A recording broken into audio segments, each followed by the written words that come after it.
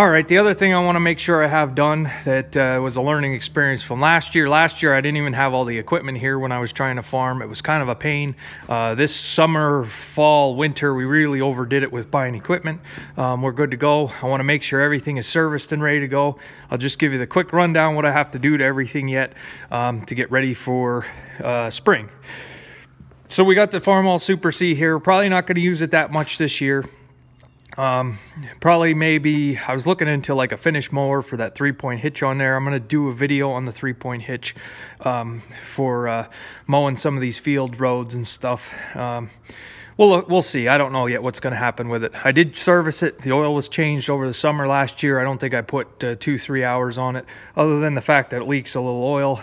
It's ready to go, so we don't need to worry about that. The 395 is pretty well finished, ready to go. I do want to paint it. That might happen this spring, if not later in the summer. There isn't much else I have to do to it.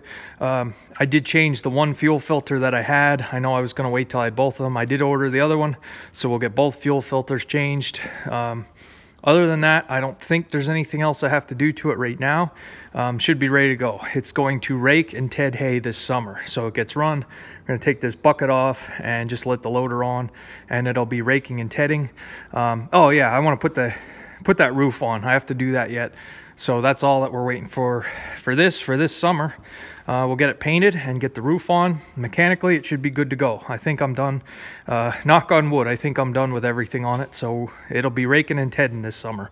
685 should be ready to go, except for the fuel filters. I do want to change those fuel filters. I did change the oil last summer because, like I say, I got pretty many hours on this and it was time to change it.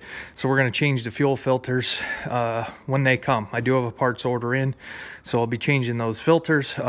Tires, I still didn't settle on getting tires put on it yet. We're going to see. I want to wait and see how the spring goes. Chances are they're probably going to stay on for the spring and maybe this summer. We'll see. It is a priority. I do want to get new tires on here. I don't know why I'm waiting or what the deal is, but we'll probably wait till this summer just to see how things pan out as far as the beginning of the year. So other than that, changing the fuel filters should be ready to go. It's serviced pretty well. It's greased already. We're going to get it on the sprayer here. That'll be one of the first things you're going to see me do this spring, is put nitrogen on the hay fields. We're going to use this in my sprayer. So that should be good. The Farmall 560, like I say, we want to put it on the hay bine. We want to mow hay with this, so this will get used pretty early on in the year. As far as what has to be done yet, you guys might remember my video. I did order a spin-on oil filter kit for this. So I want to get an oil filter spin-on kit on, make it a little bit easier changing oil. It's a little bit more modern. A lot of guys do it. So that's coming, that's ordered. That piece of the hood, I know everybody asks about the piece of the hood. I'll just say it again. The guy that I bought the tractor from thought he had that piece and was going to look for it. And when he found it, he was going to drop it off. So that was last year and it hasn't come yet. So I'm guessing maybe he doesn't have it. It's $75 if I order that piece used. So we'll see. I'd like to get that piece on for the summer. I want to change the hydraulic fluid in here again. To get it flushed out, cleaned out again. This was another tractor that was sitting outside. There's a little bit of moisture in. And before I put it on the hay bine, I want to make sure the oil is good in there, because if I ever go back to this on the hay bine cylinder is going to be full of oil that has moisture in it, and I don't want to put that into this tractor because this one's good. So we have to do that. Way back, I did a video on the fuel issue. I have this zip tied on. There is no fuel filter in this. It's hooked into just this one. I do have a brand new cup here. If you want to watch that video, I think it was 560 fuel issues. I did have an issue with this that it broke off. I do have the canister. It's just a matter of getting it put on. Just didn't do that yet. So other than those couple things here, the 560 should be ready to go, and we'll be able to mow hay this summer. 986 is pretty well serviced. No, it isn't. No, I have oil filters for this. I have to get some engine oil. I don't have any more 1540 oil here. So we're going to change the engine oil in this. I have fuel filters ordered. You can see pretty well I'm big on changing fuel filters just because I don't want to have any trouble. And I didn't own these tractors from new, so I don't know how well they were maintained or what kind of fuel people were putting in. So we've got 2 fuel filters coming. And this line here I want to change. This rubber hose that goes from the fuel filters to your injection pump, it's really cracked and deteriorated. It is a rubber line and it's oozing right here.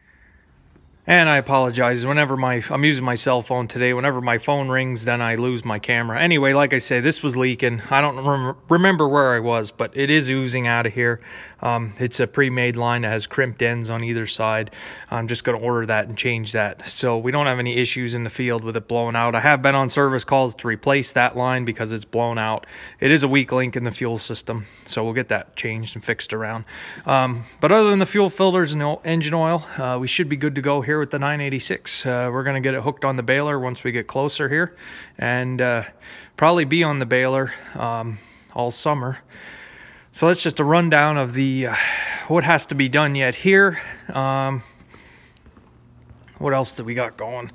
I was kind of tempted to get my International 45 Vibra-Shank out just to play around a little bit.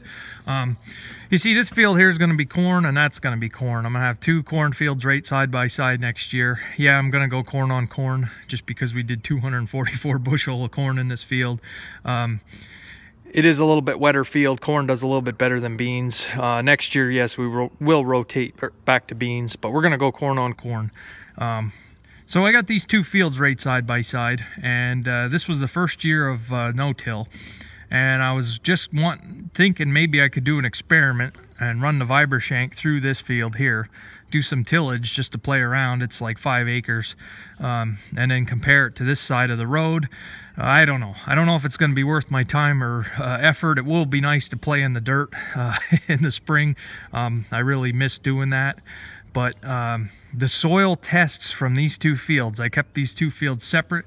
The soil tests were almost identical. So it would be a real good candidate to do the no-till versus the conventional till. But there's really no point because this is only year 2 for no-till. So, all right, I guess that's where we'll end it for today. Like I said, just give you a quick update and rundown of what's going on, what I have planned. We'll get some more repair videos going here once some of these parts start showing up. So thank you guys for watching, and stay tuned. We got some more stuff coming.